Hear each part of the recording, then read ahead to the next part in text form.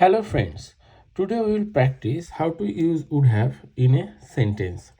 আচ্ছা, যখন অতীতে কোনো ঘটনা ঘটতে পারতো, অ্যাকচুয়ালি ঘটেনি, আনুমানিক ঘটতে পারতো, সেই সমস্ত ক্ষেত্রে আমরা এই would have ইউজ করব। যেমন যদি বৃষ্টি না হতো আমরা সমুদ্রে যেতাম, যাইনি কিন্তু, ঠিক আছে। আমরা এটাকে কীভাবে বলব? If it had not rained we would have gone to the beach. এই উড হ্যাভ যখন ইউজ করছি এইসব ক্ষেত্রে কন্ডিশন আছে, যদি না হতো তাহলে আমরা যেতাম, তাহলে এই যদির এই পার্টটুকুর জন্য আমরা এই ইফ ক্লজ, সেটাতে পাস্ট পারফেক্ট টেন্স এবং তারপরে উড হ্যাভ ক্লজ। ওকে, আরেকটি এক্সাম্পল, যদি তুমি আমাকে বলতে আমি তোমাকে সাহায্য করতাম, তাহলে যদির ক্ষেত্রটায় আমরা ইউজ করবো পাস্ট পারফেক্ট।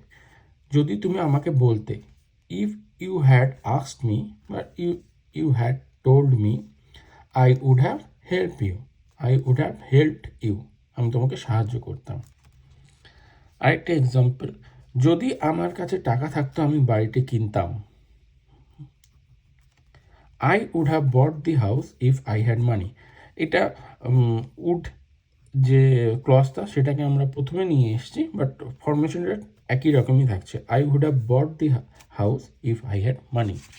আর কয়েকটি এক্সাম্পল দেখে নিচ্ছি।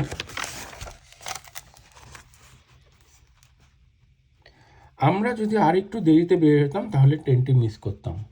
প্রায় আমরা বলে থাকি যে আর একটু যদি দেরি হতো তাহলে ট্রেন মিস করতাম বা বাস মিস করতাম, এইরকম আর কি।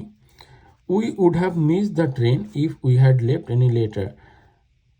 তাহলে ইফ এর clause past perfect,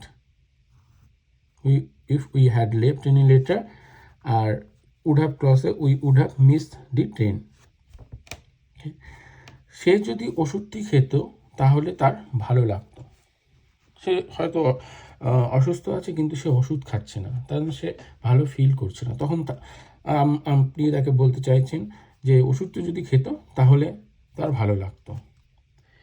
if she had taken the medicine she would have felt better.